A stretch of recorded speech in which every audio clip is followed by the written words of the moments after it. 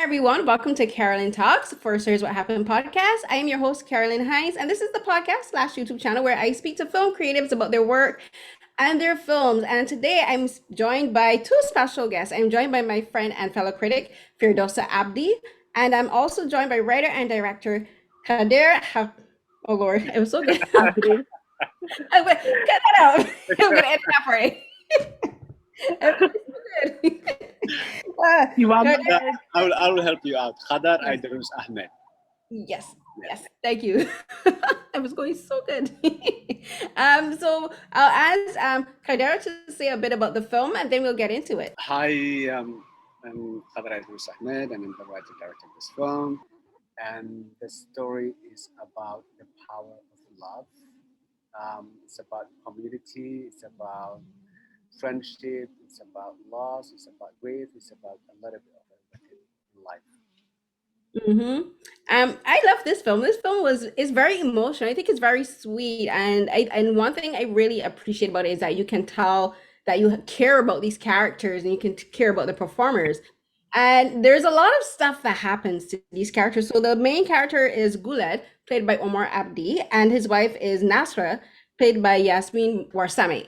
And they have I think probably one of the most powerful love stories I've seen on film in a while. And I say this honestly because like they love each other so much. You can see in every gesture they make, the way they speak to each other and the way they speak about each other to other people, like you can just feel it. And that's where I want to start the film. I want to start our discussion there, talking about this couple and about your inspiration for this romance for the ages sort of, because there are some other stuff like a little bit darkness, because your mom says like, can this couple get a break? I was like, Lord, please, can these people get a break? But before we get into that, I want to I want to talk about Guled and Nasra because I think they're beautiful. Thank you. But I have never watched a African love story on the big screen. And the ways that Africans, especially Somalis, are presented to the world are very one-dimensional, stereotypical ways of being pirates. It's always about piracy or warlords or civil war or all of those things. So I wanted to share my my version of how I see myself, how I see my family, how I see my friends, my neighbors, my relatives. So I just really wanted to show us in a different spotlight that of the way that we are, and not the way that we are presented to the world by through Western perspectives. So I just really wanted to show the love that I always see. I'm always surrounded by people who love each other. People who are compassionate towards each other. People who do things with dignity, with love. People who are tender. So I just really wanted to show us, the humanity side of us. It's beautiful. Ferdosa? Thank you. So to tell this story, you have to find obviously Somali actors, which I personally, I'm very grateful to see Somali actors play Somali people and speak our language. What was the process like with finding these amazing actors and also supermodel Yasmin Warsame? What? How did you get her? So, there was a point and there was a time that I was really suggested to make the film in French language. So the film, it would get, wider audience. Now people speak French? I mean, they do speak French in Djibouti, because Djibouti used to be, used to be colonized by French, so they do speak French and Somali. But I always wanted to make this film in 100% Somali language with 100% Somali actors, So, so with the cast, they're all non-professional actors. None of them has ever acted in a feature film before. So this is everybody's first feature film. And I handpicked each and single one of them for the film. And so with Omar, I have known him. I have known Omar for a very long time because we used to live in the same city. So, and he acted in one of the in the first short films that I have written. So I knew him. But with Yasmin, it sounds like a scene from a movie, but she did a summer campaign for HM, I think 7 or 8 years ago. And her posters were all over, Helsinki, So I remember one time getting out of the metro, out of the subway at the central station, and I saw this incredibly huge poster of this beautiful woman, Black woman. And I just got struck and I was like, my gosh, it's beautiful. Who is this? And at the time I was in the process of writing the film. So I Googled her and she turned out to be this Somali-Canadian. And I was like, this is her. This is it. This is Nasra. So from that moment, even without talking to her, without ever meeting her in person, I knew that she was going to play Nasra. And no matter what and how long it took me, I knew I was going to get her. And I did, because I never imagined anybody else, for those roles than Omar and Yasmin, because I knew they were going to be explosive together on the big screen. Tell me a bit about pitching your film to Yasmin and her team, because she's a model, so you would have had to go through her agents and her managers, and how did you pitch that to them, and how did you convince them, especially because her co-star, as you said, is going to be someone who is also new to acting in feature films. So if you're going to have someone like that, should have probably preferred an experienced actor to help guide her and give her comfort, but you have a cast of complete novices. So how did you convince her, and both of them actually, to take part in this project? So honestly, I was so worried that she was not gonna like this script, or she might never go on board on the film. So when we approached her and we sent her the script, I was ready to also get rejection from her. But luckily, she read the script and she immediately called me. And we had 3 hours long conversation for the first time. And I remember because supermodels are known for their, for their reputation of being, divas or difficult, So I was ready also to really face that. But once I got the phone on her and said hello, I remember she started the phone with a joke. I'm not lying to you. She started with a joke. And before I even said anything, I was just laughing my ass off. And within 2 minutes into the phone, we were talking like two people who have known each other all their lives. So she is incredibly, incredibly humble. She's very, very down to earth. And so that made our collaboration incredibly enjoyable, because she's not like what you could think of, like supermodels. So thank God for that, So she loved the script, and the rest is a history. But she's incredibly humble, very, very humble, and she didn't care who her co-star was gonna be, because she was like, okay, this is your film, you have me, thank you for having me, so whoever you bring, what's best for the film, so I'm ready to go for it. So and Omar was a little bit in the beginning a little bit anxious, because he was going to face this worldwide known supermodel. But after meeting her, they just really got along with each other very well, and they had this amazing chemistry, because they both are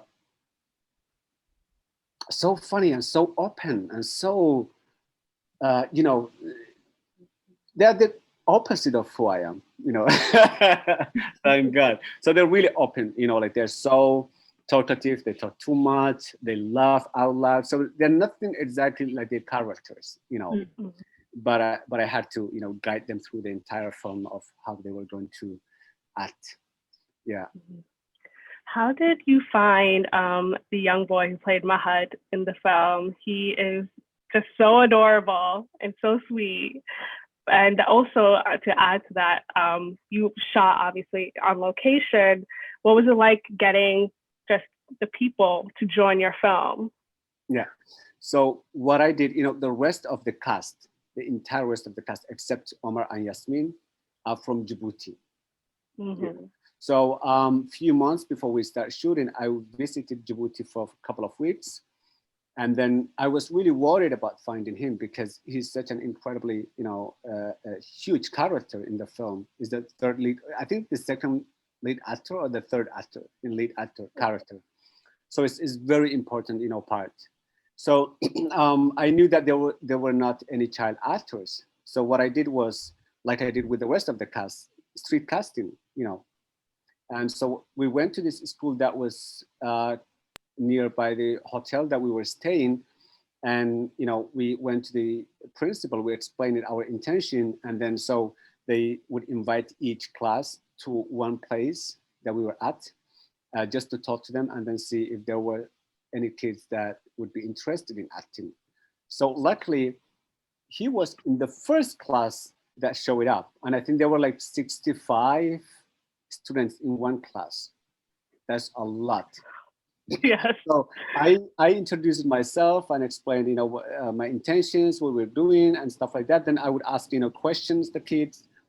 And I remember him because when I was talking, I'm also like keeping my eyes on each kid, So I remember like one of his friends was talking the whole entire time, like his other friends. And then he would elbow him like, oh, shut up, like listen, pay attention. And Ferdosa, who plays the doctor in the film, is a very close friend of mine. And she's also the third assistant director in the film. So I asked her to bring that kid first back. Mm-hmm. So he was the first kid that I laid my eyes on, and I asked it back. And funny enough, they don't read Somali in Djibouti. They study in French, but they speak Somali at home. Mm-hmm. So that was really like, very interesting thing because I had a draft of the script in Somali, and I was hoping that everybody was going to read in Somali, but nobody reads. They speak Somali, but they don't read in Somali. So with him, we did a lot of improvisations. I would just give him the scene, what was going to happen, and so he would to make it easier for him, we would just allow him to. I would just allow him to do and use his own words, and so that it would be kind of like fun and playful for him instead of like really giving him like strict, script with lines and everything like that. So he's such an incredible actor, and he never faced a camera before, not even a cell phone camera. That's the first. Wow. He ever acted in anything. Wow, that's actually really impressive because the thing with all three of them is that they're meant to be a loving family, and that actually comes across extremely well on camera. And like there's love between all of them, and especially for such a young person, to play the son of this loving couple.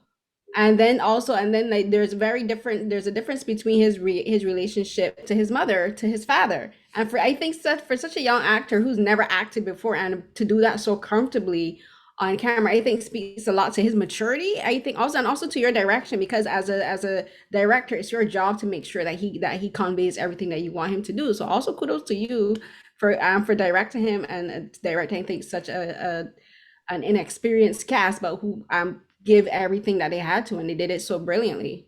Yeah, thank you.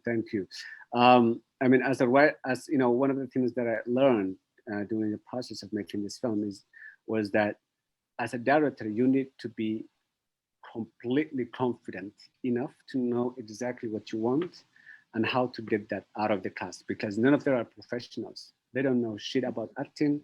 They all were, there, but it's the director's job to guide them through, like, bit by bit. Because, sometimes they were overacting, but I had to tone that down and tell them exactly how to tone it down and how to give it. And so it was a very precise and clear guidance that actually helped them through, Sometimes it didn't make sense to them because, they are not in my head. They don't see what I see. So, they were like, okay, this, they would tell me later on, but at the time they were acting what they were doing, it didn't make sense to them, but I knew exactly how it was going to turn out. So they did it. And then after seeing the film, they were like, aha, now we see it. Now we get what we were trying to get, so that's when I say like you need to be confident enough to know exactly what you want. It's like, even though sometimes none of the actors understand exactly what you're trying to get, you just have to ask them to do it, and then because they're not in your head. So for like you mentioned before that you're a third assistant director. Her name is Ferdosa as well. Yes, okay, my sister, a fellow Ferdosa out here.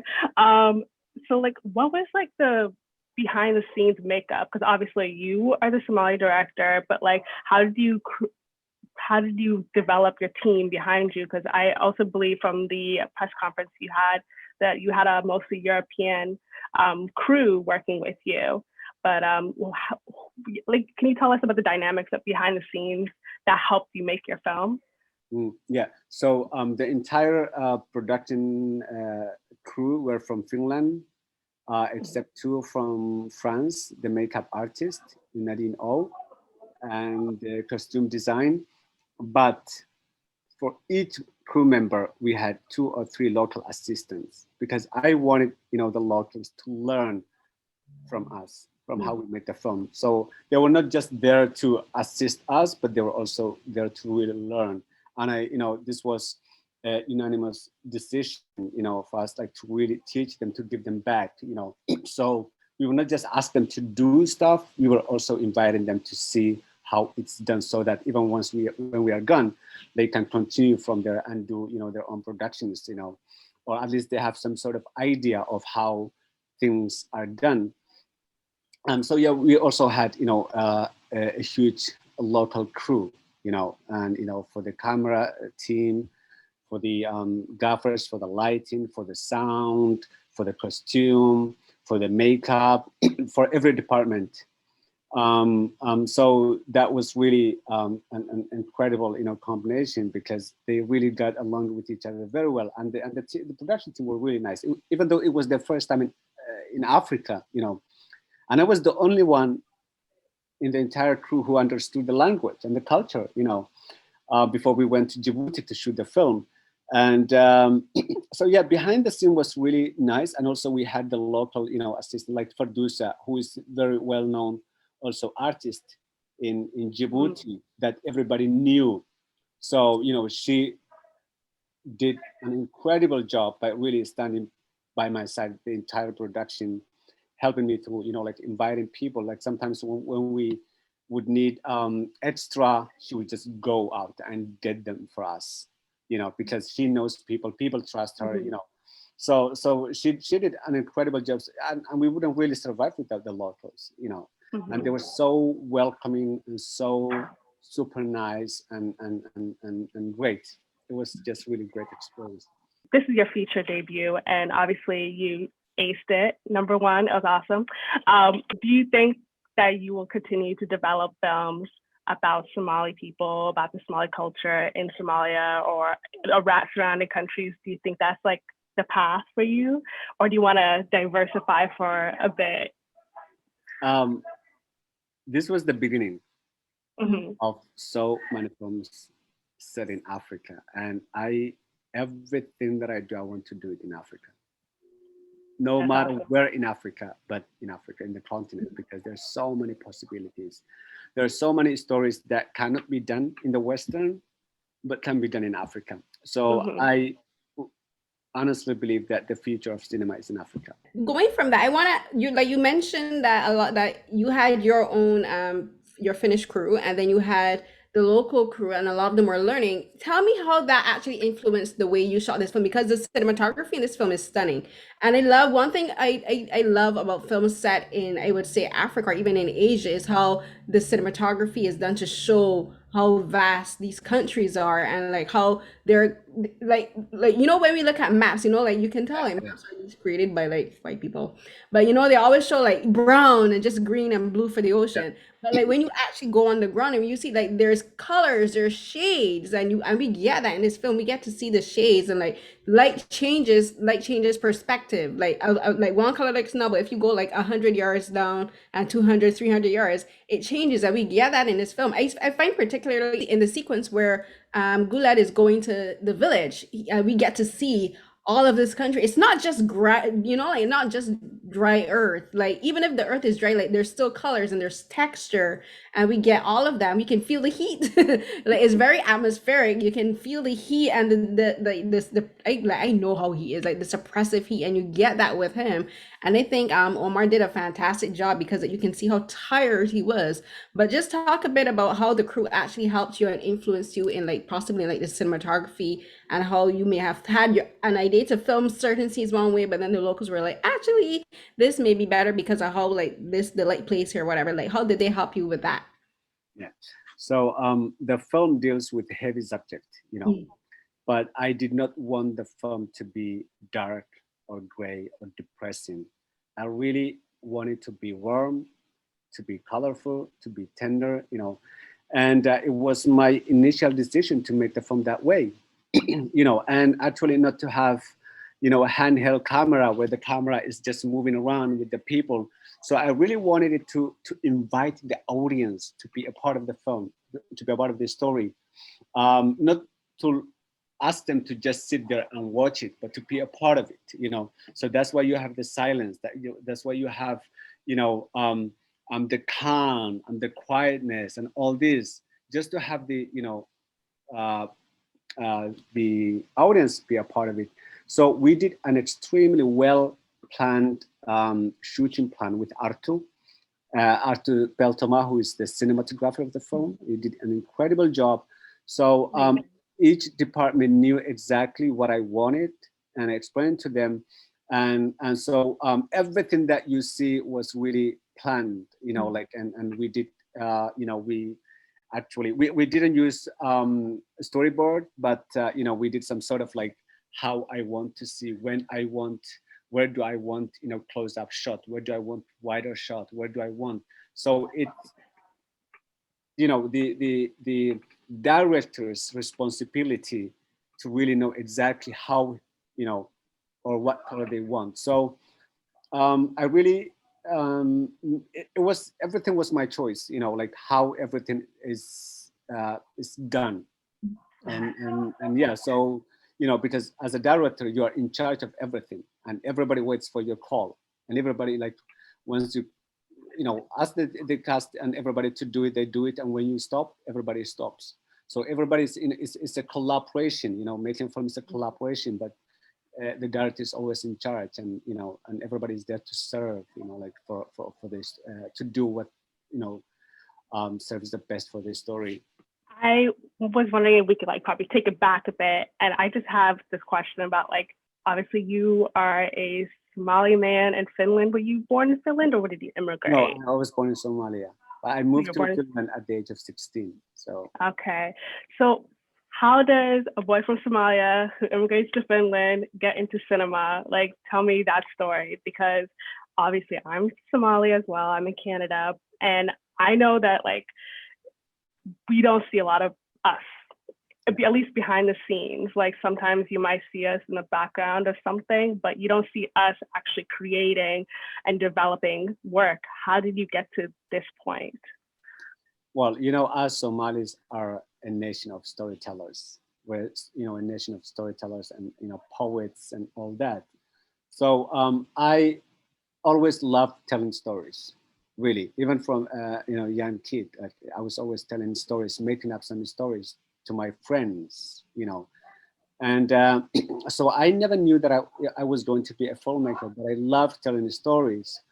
And there was one particular film that actually helped me define my future, career. I'm curious. I want to know, what is it?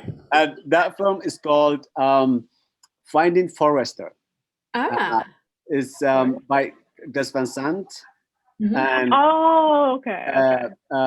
And it had Sean Connery and another young black kid, I don't remember his name, in the lead. Yeah, he does not act anymore, actually. Yeah, he doesn't act anymore. Yeah. There was that film. After that film, I was like, I know exactly what I want to do, and that's to tell stories like this, to be a screenwriter. So I initially just wanted to be a screenwriter, never imagined that I would be a director. So so that's how I started, and then I never went to a film school, you know. I have never been to any other person's set than my own sets, so everything that I learned, I taught myself. And so I knew, I of course I applied, film schools in Finland, but I wasn't privileged enough to get in because obviously, I'm not white, so They're lost. You went to you went to Like, look at where you are now. You're at TIFF. I'm TIFF. Yeah, exactly, yeah. TIFF. exactly. What was the previous Venice, right? Yeah. You went to Venice, right? No, we went to Cannes. Cannes. Yeah, You went to Cannes. Where Yeah. those guys go? Nowhere. Forget about them. They're lost. Continue. So, so then I decided, that I'm not gonna let any, middle-aged white person define my future, or what I was gonna become or not gonna become. So what I did was to buy, books about screenwriting. So I read them through, and I started practicing, and and then from there on, I send the scripts to film productions, and I would always get the same answer, which is rejection, no. But that always made me want even more. Every time somebody told me no, that would just encourage me to really want more, or to try, like more. It never destroyed me. It never made me feel down. I'm one of those people that always say, like, okay, if somebody doesn't believe in me, I'm gonna show them that they're wrong. Not like, go down and say they are right. This, I'm never gonna make it. Because so many people told me that I was never gonna make it. So I always wanted to prove them wrong. So yeah, and then I grabbed my camera and shot my family and my friends in different spots in the city, and learn my own editing, how to edit that. So it was a self-taught, really. And here we are now with the first feature film. Yeah, actually, I actually want to make this a segue to actually the plot of the film, because hearing you speak, I can now see so much of you in the characters, especially in Gula, like how determined he is. Like he does not let anything stop him, even if it's an extremely bad decision. And this all stems from his love of his wife. Like Nasra, she's sick and she has kidney disease, and her kidneys are failing daily, and she's in extreme pain. But his determination and his devotion and his love to her leads him to go on this journey of like that could almost be considered torturous, because like he's putting his body through an extreme amount of pain, on an extreme amount of duress. Almost I felt it was like he was kind of trying to put himself through the same pain his wife was, because it felt like he can't experience her, like people say, I wish I could take your pain from you, and he knows he can't, but he's going to put himself through this painful journey to do what he can to relieve her of this pain, which is like getting money for the surgery. He's going to go to this village where he's been where he's basically been cast out for marrying a woman from a different from a different village. They're like, how dare you? Because like tribal politics and all of this like play a huge part in the culture. And I would honestly say in like a lot of Black culture, because like because I'm from the West Indies, and like, it's almost the same thing. Like when you marry someone from a different country, a different island, people are like, and so it's kind of the same. But like he puts himself through a lot of pain and a lot of agony, I think, also emotionally and mentally, because like he's put a distance between himself and his family. Now at the end of it, that can't be healed. Like he can't come back from this at all. So I can see a lot of you in Guled especially. Absolutely. As a writer, I always put so much of myself into the characters that I'm writing, to be able to relate to them, and to to be able to understand them better, to present. So yeah, there are so many elements of me, of myself, that are in within Gula. So I was kind of like using him, to tell my story. But yeah, but sorry, what was the other thing? I just went blank. No, so like, so apart from that, there's I want you to speak a bit about this devotion that he has for his wife and his family. Yeah. Like I've noticed with him is like he never has a moment of self-doubt. Once he makes that decision, he never goes back from it. Because I think, that's what we do for the people that we love. That's what we do for love. And for some reason I consider this film as a female-centric film. Because you have those strong female characters in the film, like Nasra, the doctor, who makes such incredible decisions. You have the mother, and I don't know if you noticed, but she's the first person that he goes to talk to when he arrives at the village. And once he says no, everybody else says no. But the men think that they made especially the head of the village, he thinks he made the decision, but the decision has already been made by a woman, So you have these three. So, and without Nasra, there would be no story, absolutely no story. So for me, the women were the neck, and the men were just the head. And so, the head always makes the head go round. So, so that's why it really comes from Nasra, because my challenge, the biggest challenge was for me to tell a love story that doesn't show any nudity or any type of because I come from a culture and religion that's so sometimes really you know it, Ferdosa, you know it. I know. So I wanted to make a film that my grandmother could watch and feel proud of. The same thing with my mother, so I was very cautious about what I was gonna show and what I wasn't gonna show, but also to protect Yasmin and Omar, who are family, and but the devotion is just like you said, is that's more of me, because that's how I, if I wasn't devoted, if I wasn't passionate about what I love and what I do, and if I didn't go through all that rocky, long hard way to be what I am today, I wouldn't be here today. So like I said, there were so elements of my character in that really character that I put, and so yeah, I hope I answered the question. No, you did. You definitely did. For me, when I heard about this film, it was at the Cannes Film Festival, and somebody on Twitter just put up the trailer, and I was like, wait, what is this? And I thought, oh, this is probably, it's probably not about us. It's probably from somebody, whatever. I watched the trailer and I thought, first I saw Yasmine. I'm like, wait, Yasmine? Because I'm Canadian and obviously we love her. Yeah. And we're like, she's number one here. But for me, as a Somali woman who loves cinema and who has seen a lot of bad movies, not because of the context, but just because they're bad, set in Somalia, but with our people as the villains, as the accessories, they're just there. It's not about them. So for me, it was very moving to see a story that was my Hoya and Abba, their brothers and sisters, the place that, they left because of, their reasons they had to leave and all of this and that. So for me, it was I wish I was in Toronto to watch it, but I couldn't.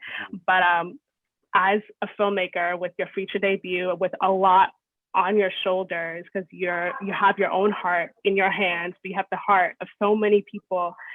What has been the reaction from your fellow Somali, your family, your Somali community?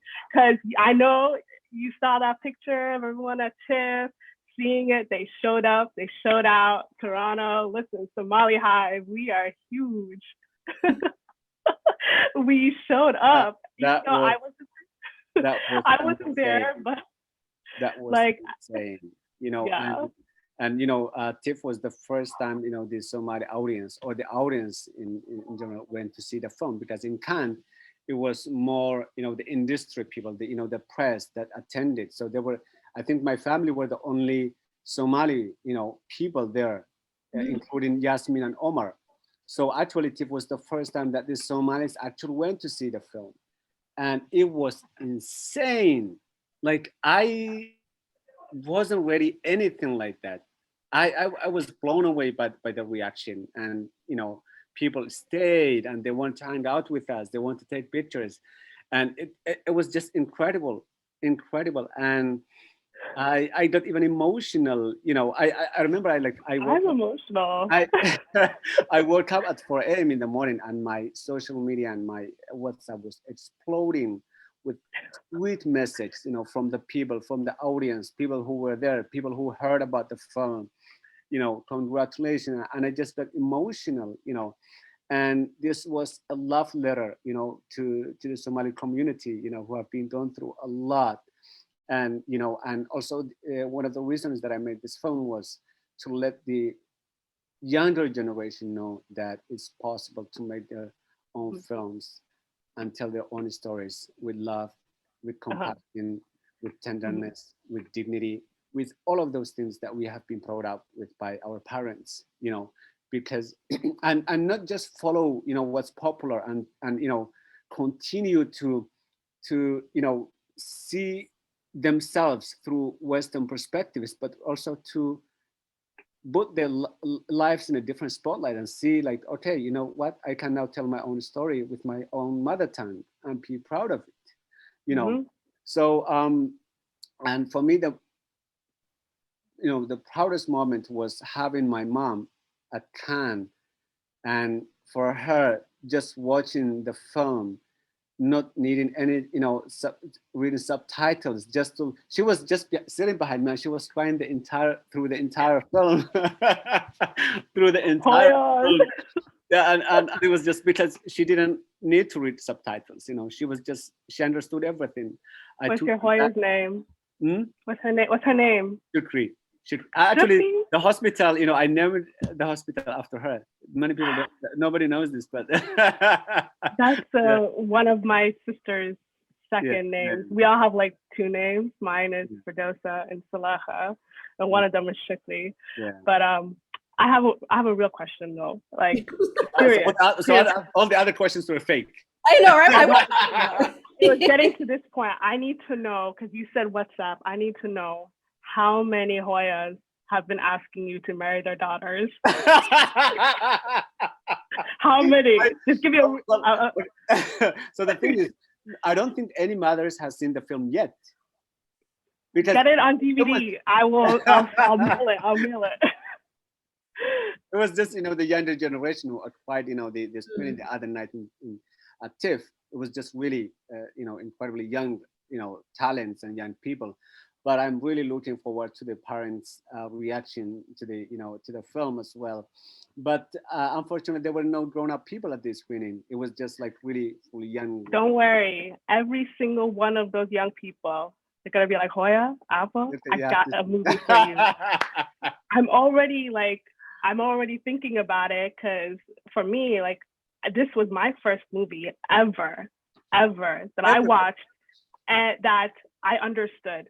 And I was like looking at the subtitles. I'm like, those subtitles are a little bit wrong, just a little bit. Yeah. But because obviously you can't translate 100%. Absolutely. Yeah. And I thought what was so intriguing for me, because I don't speak Somali. I lost that a long time ago, but I understand it. But the thing that I found so interesting is that the dialect spoken in the film is not the dialect that my parents speak, because my family is from Las Anod, a few hours away from Hargeisa, and but I still understood. I knew there was certain words. I'm like, that's not a word I know, but I know it in my heart. Yeah. So I'm telling you this. I'm not even joking. When the movie comes, you have to fight for this for me. Fight for me. I need this on DVD. So I'm gonna buy a bunch. I'm going to every single auntie, every single Javier, Edo, no matter what. I'm going to every single one. I'm like, here, this is your movie. You gotta watch it. So you gotta fight for that. I think the film will come to the, we'll get a theatrical release also in Canada. Hopefully, so you can. I'm gonna be tweeting about that every day. I'm like, hey, you should go. It's so much better to experience in the big screen than really, Exactly. So I was gonna say it's gonna really resonate, I think, with Canadian, especially Torontonian audiences, because Toronto does have a very big Somali presence. And the way, and the fact that the story is about family, you know, like we mentioned, it's not about anything like I don't want to say a stereotype, but it's not about, you know, like as Ferdosa mentioned earlier, it's not about pirates, Yeah. it's not about war, it's not about gangs, anything about that. It's a love story, it's about a family. And like you mentioned, it's about how like your influence, like encouraging young Somali people to become filmmakers and artists. And I kind of saw Mahad as kind of like a representation of that, because he saw what his dad did to raise money for his mom, and he started to do the exact same thing. He's like, I'm gonna go out, I'm gonna try to raise money to help my mom. And I think like I just love like when you can see reflections of filmmakers and like even experiences in films, and like as soon as it comes out unintentionally, and then sometimes like as you said, like everything is planned, but I just love like the parallels between that, because we talking about love story about a family, we get to see like Nasser is such a like I love her as a character, because she's so loving and she's so funny, and she just reminds me a lot of Black women I know. And this is one thing we love to talk about, like Black people and like the diaspora. Like there's some things that are just intrinsic, I think, in Black women. It doesn't matter where we come from. Like I saw so much of like myself and like my Black women that I grew up with in Barbados, in Nasser. Like the wedding scene had me dying. Like when she went up, had the goal. I'm like, I know there are people, I know West Indian aunties that would do that exact same thing. Pull up at the wedding. You don't have an invitation. Absolutely, Like absolutely, you're A lot of absolutely. people, You just you crush turn up it. at weddings, and we would be like, even though it's funerals, but like there's you turn no such thing as invitations. You just show up. exactly. Like I brought food. Like I don't need an Exactly. invitation. Exactly. Exactly. It's so Yeah. funny. Yeah.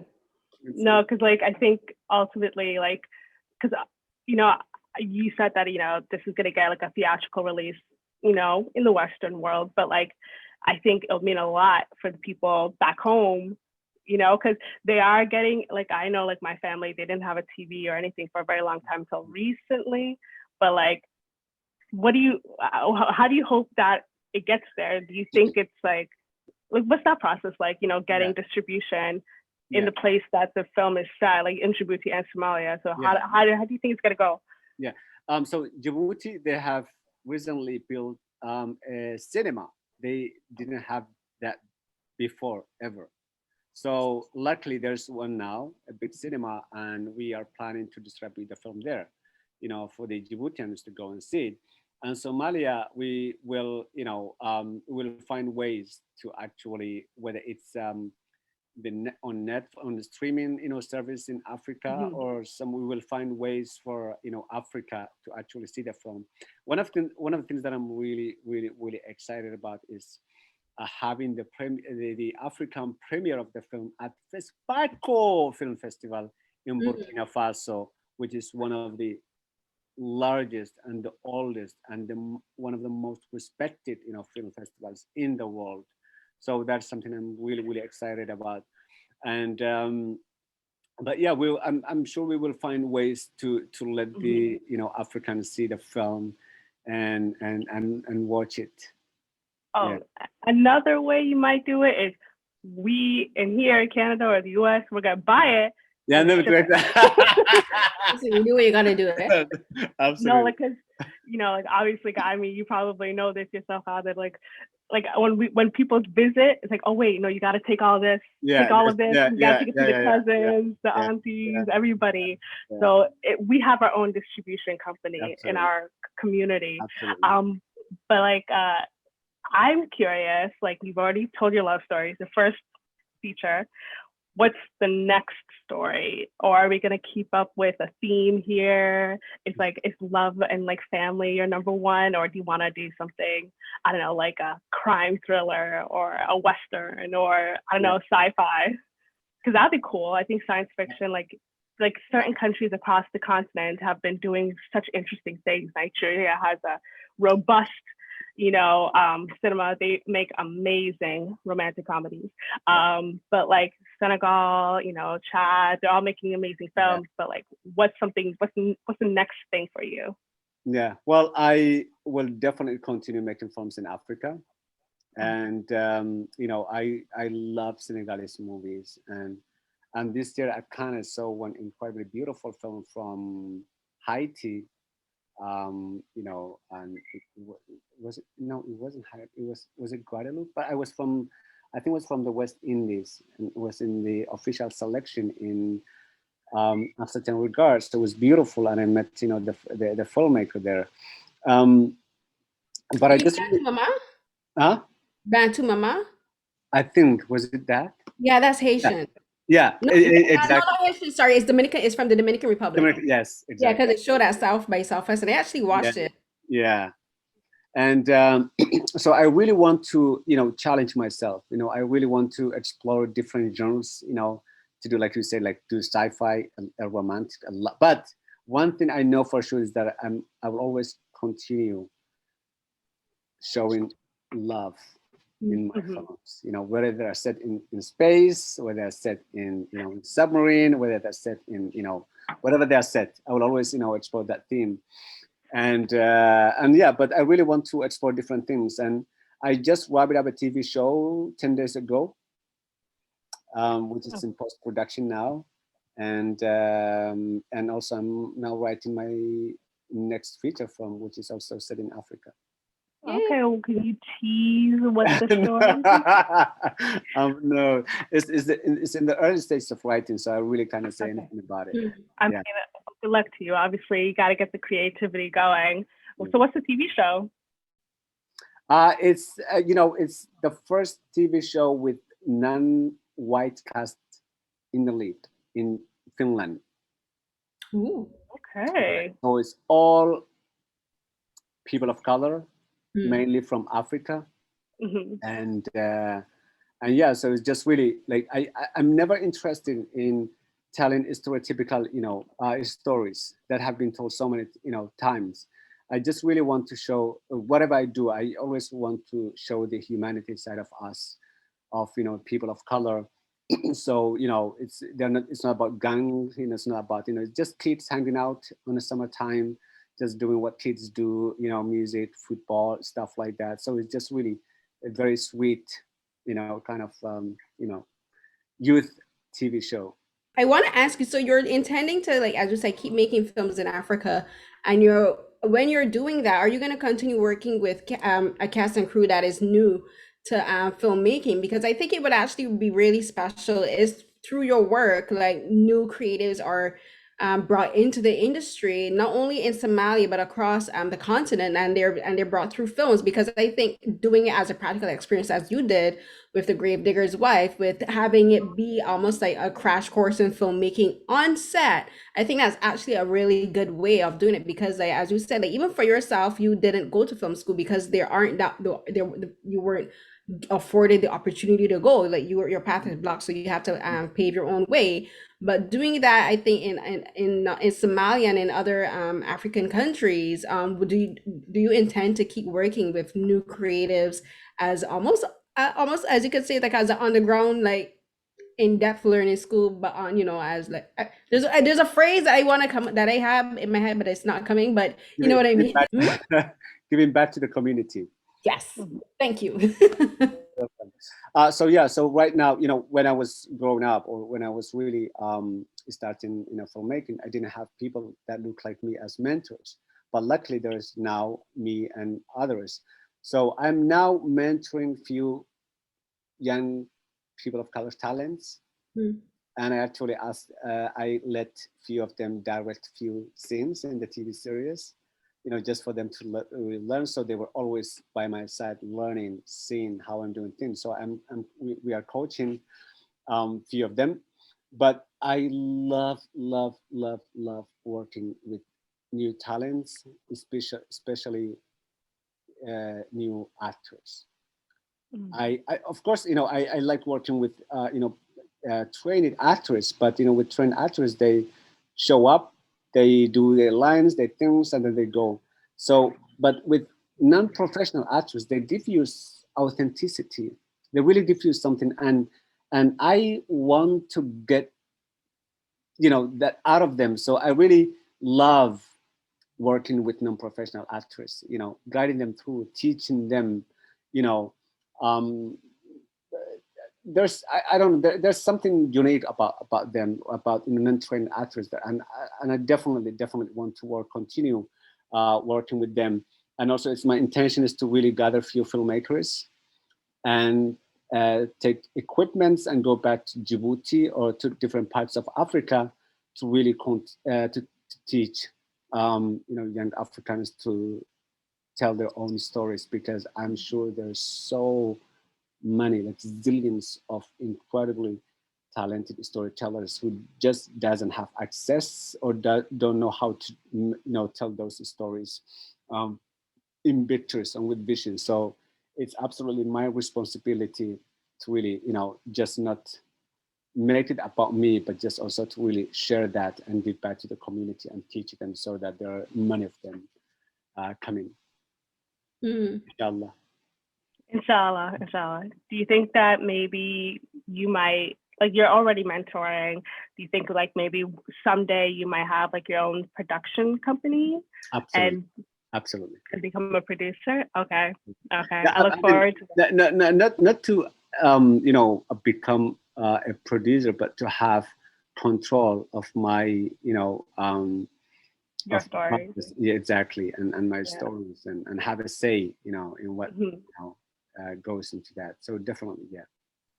No, I respect that. That's ambitious, and I love it. I truly, like, I cannot say this enough, that like this is so inspirational for me, because I went and studied film for a little bit, but it was like accidental. Like I started one thing and then I went to film. But the fact that you're taking the door that you walk through and like you're tearing it down and bringing people along. I think a lot of the people, their perception of like filmmakers who make it, who have their big break, I think they think they're selfish, but I think this is the reality, that what you're doing is actually the reality. A lot of people who are marginalized are taking those opportunities and letting other people get through with their own work. So I think that's very, very is very kind of you. And also like you're giving back to the people, and you don't want to be alone, obviously. Like you can't be the only one. Because I knew how hard it was for me to get in, and how hard it was to walk on that long rocky road. So I wouldn't want anybody else to go through that. If I'm here and I have everything that I have to actually guide them or to teach them or to give them, I'm going to do whatever I can to make it easier for them, to open the doors for them, to guide them through something that I didn't have. So I'm absolutely, with pleasure do that. This might be a little ambitious, and normally I don't like to think about this thing that I'm about to ask, but like, obviously your film is amazing. It's gonna get lots of rave reviews out of TIFF. I'm telling you, like everything I've seen so far, everyone has loved it, and like genuinely, it's the craftsmanship, the acting, it's all spectacular. Obviously, the big conversation every time a festival comes around is Oscar buzz. Could your film enter into the international category, or like what's the technical aspects behind that?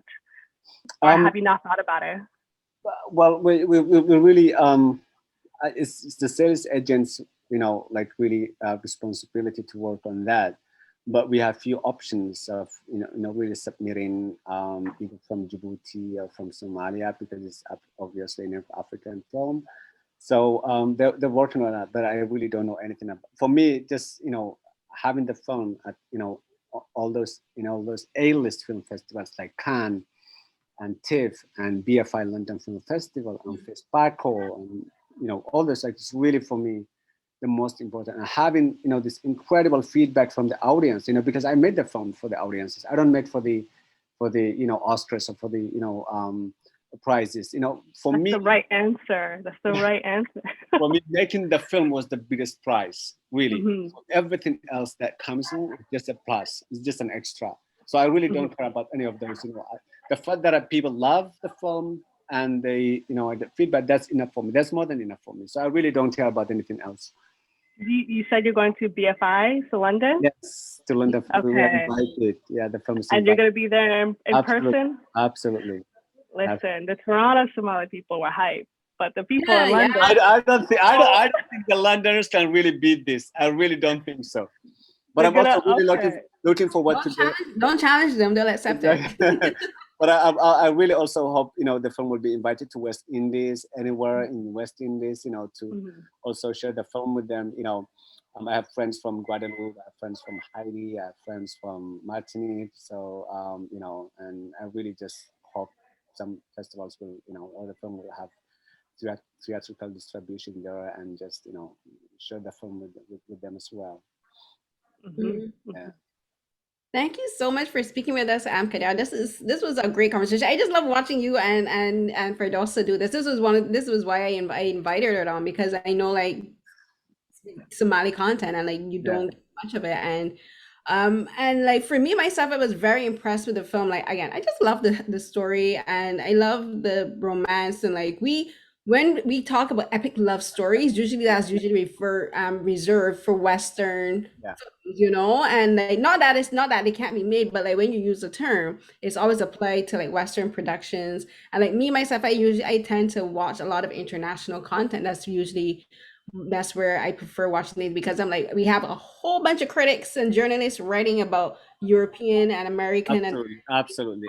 So like, and so my whole thing is that I try to like give a platform using my own small platform to like filmmakers like yourself, and I focus a lot on Asian and Southeast Asian stuff, because like I'm like, we getting amazing content from the other the whole Asian Africa is like producing like amazing content. And like your film, I think I just love like we're able to see we're not getting these traumatic stories, we're getting stories of love and devotion, of family, and like, you know, perseverance. Perseverance is one of the words I would use to describe Guled, poor Guled. But I just love that we got this story, and like someone like Ferdosa and like so many other young Somali people, not only in Canada, but I think that you're going to London and then it's going around, like we'll be able to see these stories, because it will speak to like immigrants like yourself, right? And that's another thing that a lot of people don't think about. Like when you talk about these stories, like it appeals to the immigrants as well. Absolutely. I think this is a universal story that anybody anywhere can relate to, because it's about the power of love. It's about, you know, like I said, the community. It's about friendship. It's about everything that we go through as humans everywhere around the world. So I think that, you know, the film has spoken to I'm getting a lot of, you know, feedback also from, you know, people, audiences from different parts of the world, like you really telling me how emotional the film, you know, was, and how much they related to the characters because of what they have gone through as a family or through their family. So it's incredible, you know, like really to see that.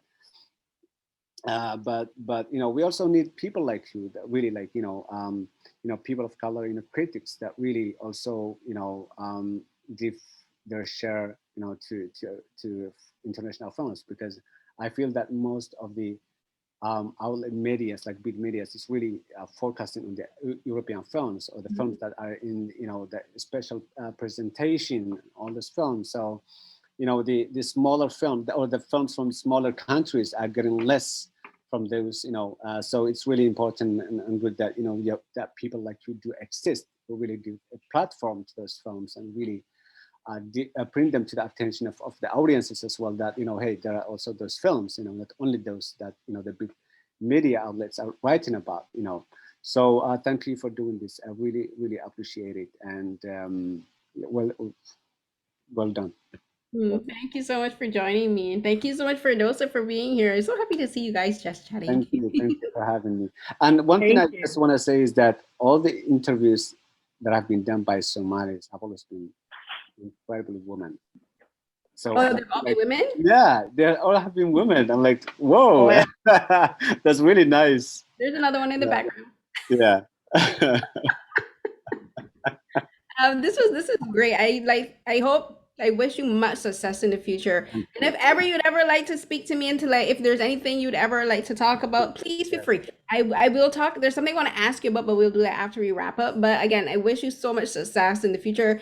I hope that you get like I just want the best for you and your team, because I think it's important for Black people and for like Black Africans to be able to tell stories, or tell a diverse amount of stories, and tell them the way they want to be told. And like creatives like you are helping, like I don't think only just young people, but like older people, because like you had like Omar and